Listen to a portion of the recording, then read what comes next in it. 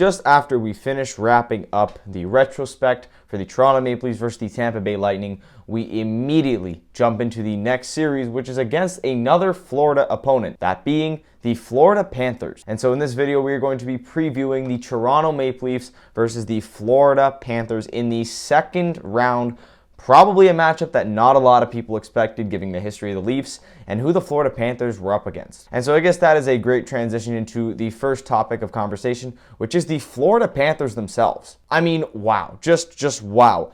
The fact that the Florida Panthers were able to pull off arguably the greatest upset in NHL history over the 65-win record-setting Boston Bruins after being down 3-1. We've heard it a million times over the last 48 hours in the hockey world just to how absurd it is at the fact that they are in the second round. Keep in mind, this team also made the playoffs by a single point. They lost the final 2 games of their regular season, and the Pittsburgh Penguins only having to win 1 game. They had to win 1 game against either the Chicago Blackhawks or Columbus Blue Jackets and lost both of them, defaulting in the fact that the Florida Panthers made the playoffs and had the liberty of taking on the Boston Bruins. Now on the other side, we know how Toronto's regular season went. They had another fantastic regular season, scored over 100 points, and they make the playoffs and match up with the Tampa Bay Lightning, the team that they played last year. However, the difference being last season, the Florida Panthers were the ones that advanced to the second round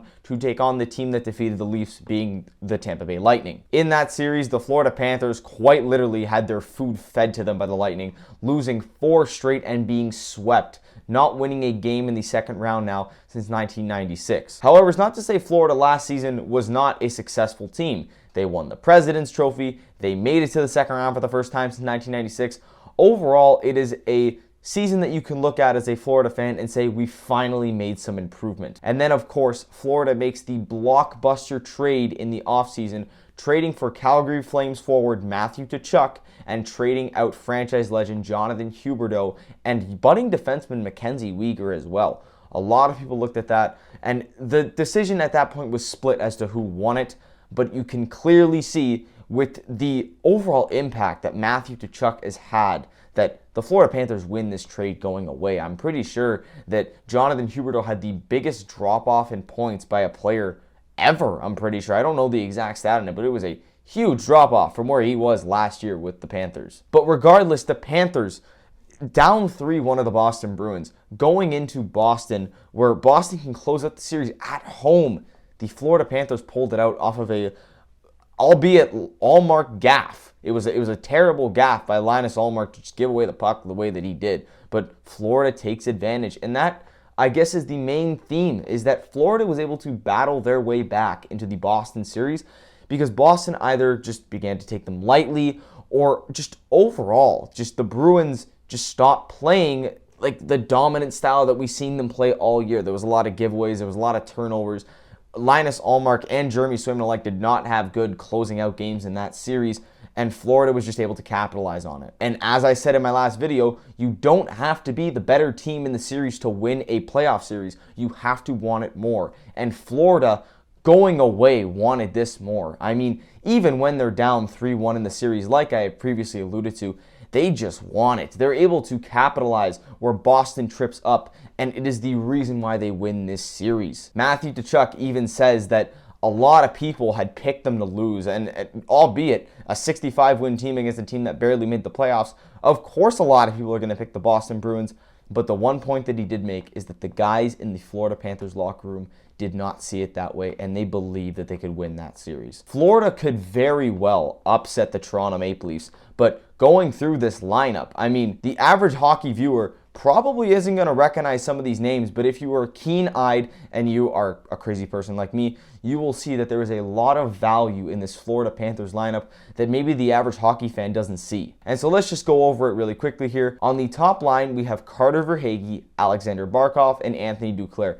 Alexander Barkov, along with Matthew Tkachuk, who's on the second line, by the way, is the MVP of this team. Alexander Barkov, he's the all-time leader in Panthers points. He has been a cornerstone, and he is a #1 center, probably a top 10 center still in this league. He is that good. And then Carter Verhaeghe, a great story of him. He was traded multiple times for 7th-round picks. The Leafs actually had this guy at one point, and he puts up 40 goals. Tampa lets go of him, Florida picks him up, and he's now a top 6 forward for the Florida Panthers. Anthony Duclair as well. There's not much to say there. He's a pretty good forward in his own right. On the second line, we have Nick Cousins, Sam Bennett, Matthew Tkachuk.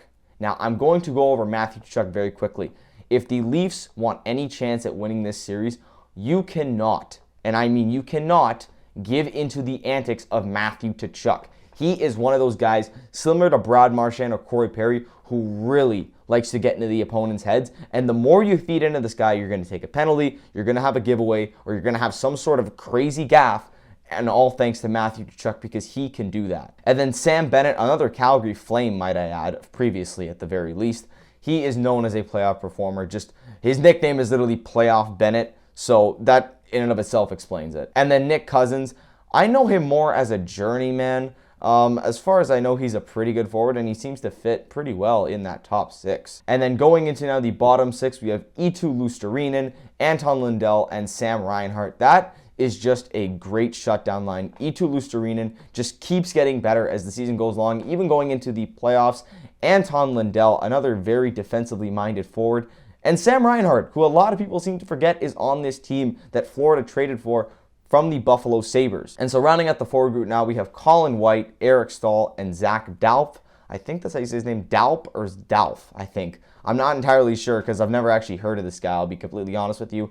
But Eric Staal played a lot of hockey games. He's very experienced, as we all know, and that is just a textbook fourth line center that you want. A guy that's experienced, a guy that's responsible, and a guy that you're kind of cheering for to win the Stanley Cup. And then Colin White, who kind of became a project player as of right now. Ottawa, I remember, signed him to that massive extension and then just kind of gave up on him altogether. And then going over the defensive pairings, and once again, like the forward group, you're going to hear some of these names and think, how did these guys beat the Boston Bruins? And this is, by the way, no disrespect to any of these players that I'm mentioning for the Panthers, because they in their own right are all great players. They're better hockey players than me at the very least. But when you take into account a team like Boston with guys like McAvoy on their blue line, it's just an anomaly that this defensive core was able to best that one. And so without further ado, we have Gustav Forsling and Aaron Ekblad, Mark Stahl, Brandon Montour, who, might I add, has had an incredible playoffs, has arguably been their second MVP along with Matthew Tkachuk, and then Josh Mahura and Radko Gudas. Now, I have not heard the name Josh Mahura, I feel like, in a long time. I believe the Ducks had him at one point. That's the only reason that I know him. Radko Gudas is a guy that can hit. Mark Stahl, another experience. So you have two of the Stahl brothers now on this team. Brandon Montour, I already went over. And then Aaron Ekblad is their best defenseman when you take everybody into account. He actually missed, I believe, a game or two in the Boston series. So that just speaks to how good of a unit this is, even if it doesn't maybe look like it. And then I would say the biggest X factor here for the Florida Panthers is their goaltending. We have Alex Lyon, who basically willed the Panthers into the playoffs. Did not look like he was going to be doing that, I'll tell you that much. And then we have Sergei Bobrovsky, who one night can be the Vezina candidate goalie that we know that he could be, and then on another night, he looks like complete crap. So the goaltending for Florida is quite literally their X factor. It's literally a mixed bag of what you're getting if they choose to start Bobrovsky or Lyon. You don't know if your goaltending is going to give up 6 goals or 2 or 0. It's just that volatile, the goaltending here for Florida. And then moving on to the Toronto Maple Leafs, their current lines stand at Matthew Knies, Austin Matthews, William Nylander, Calle Jarnkrok, John Tavares, Mitch Marner, Michael Bunting, Ryan O'Reilly, Noel Acciari, Zach Aston-Reese, David Kampf, and Alexander Kerfoot. Now, Toronto's offense, specifically their big four, even with the addition of Matthew Knies, have been very, very, very productive for them. I believe they combined it for a total of 42 points in the Lightning series, which is just mind-blowing considering the fact that they have failed to show up in years before. This year, they're here. John Tavares had a hat trick, Matthews had a multi-goal game, and Mitch Marner just continues to provide such creativity out there for the Leafs. And then that's not even mentioning Matthew Knies, who after losing in the college championship or the NCAA final a few weeks back is now thwarted into the Leafs' top 6 with Matthews and Nylander. He has been a fantastic addition, and even if he's not scoring, and I know he's gotten a couple assists, Matthew Knies, every time he's out there, he's making a difference. And then another point that I just wanted to touch on quickly, Ryan O'Reilly has been he has been the third line center that the Leafs have been looking for a long time. Think back to Riley Nash, think back to Nick Foligno, think back to, I'm just trying to think back as far as I can of who we've tried to put on the third line. Ryan O'Reilly is finally that, ladies and gentlemen. And so the forward group as a whole for the Leafs is very complete from top to bottom. You have the scoring, you have the defense, and you have the transition game as well. And then going to the defense now, we have Jake McCabe, TJ Brody, which is their shutdown pair, Morgan Rielly and Luke Schenn, Mark Giordano, and Timothy Liljegren. Now, one thing I will quickly mention is the option for the Leafs to go 11-7, which in that case, I would guess either Justin Hall or Eric Gustafsson probably steps in. But I think that the Leafs should start 12-6 as they did in the Tampa series. And if you have to go to an 11-7, it's not the end of the world. Regardless, I guess the one point I want to touch on the defense is Morgan Rielly, who just became a world killer. I mean, a lot of people see Morgan Rielly. He's a good defender, but there have been questions as to whether or not he is a number one defenseman. In this series, he proved it going away. He had a game-winning overtime goal in the series. He continues to provide offense, as well as he's been sneakily good in the defensive zone. And then the goaltending for the Leafs, it's not even worth mentioning Joseph Woll because he's not going to play. Ilya Samsonov is the guy. He single-handedly stole this series for the Toronto Maple Leafs, and it's not even close. This guy out-dueled Andrei Vasilevsky in an elimination game, and even though it went off of the skate of Darren Radish and into the net, he did it. He won the 4 games for the Leafs. It was him on his own, and I would say at least 3 of them that won them this series. And so I guess the other X factor here for the Leafs in comparison with the Panthers is also the goaltending. Can Ilya Samsonov continue this incredible performance that he's had? And so when looking at both of these teams together, looking at them as they clash for the first time ever in each of their histories, I think 9 out of 10 hockey fans would say that the Toronto Maple Leafs are the better team. But this is not the first time, like I mentioned, that Florida has been in this situation. The Bruins were eons and eons ahead of the Florida Panthers, and yet they managed to win. So I guess a key that I want to give to Leaf fans here is the Leafs cannot take this team lightly. The Florida Panthers can play spoiler. We just seen them do it. And if you take them lightly, if you take them as, oh, they only made it by a point, they made it because another team failed to win, Florida's going to hurt you. And before you know it, you're going to probably lose this series. So with that in mind, with all that in mind about both Florida and the Toronto Maple Leafs, I'm going to pick the Toronto Maple Leafs to win this series in 6 games. I think it's going to be a very chippy, a very fun, a very exciting series. I know I said 6 games, but I would not be surprised to see this series go 7. And I guess one more point I want to touch on, and this is just directly to Leaf fans here.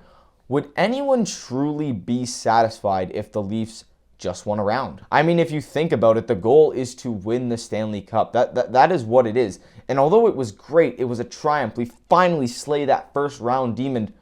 How much of the narrative truly changes if the Leafs now go in against the Florida Panthers and lose the series? What is gained out of that is the point I'm trying to get. What is the gain of finally winning only to come up short once again?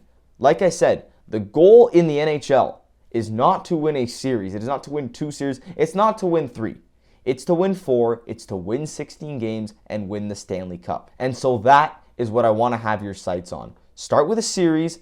Now let's go for the big thing. So Leafs Nation, Panthers fans, if you're watching this, let me know what your thoughts are in the comments below. This is going to be a great series. It's going to be a fun series, similar to the Lightning one, similar to the Bruins-Panthers one.